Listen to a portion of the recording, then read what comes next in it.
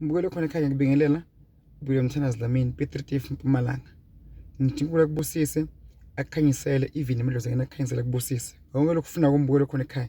Ungalilahli ithemba uNkulunkulu nawe nabakini banawe. Isimo phela sombukelo khona ekhaya. Ukhule kanzima ukhule kabi but nje ngithi mina uNkulunkulu uzolenza iplan enze icebo uphumele empilweni yakho ube nenhlanhla uthenga imoto ube nomuzi ube nabantwana ube nekhaya. Uthole isikhundla emsebenzini uthola umsebenzi into zakho zikhanyise ezinhle mbukelo khona ekhaya.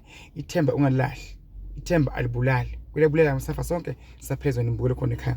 Ngikhona lapha ePola Wheatbank ngeyi3 kaMarch kusasa lokusako 3 March ePola Wheatbank ngifonele mbukelo khona ekhaya nongidinga inombolo ithi 073 1044 262 073 1044 262 ePola Wheatbank 3 March ngikhona mbukelo khona ekhaya bafuna ngibasize ngilapha esigodlweni sami esikhona lapha ebesikababa sisiba nje yimina ePola mbukelo khona ekhaya.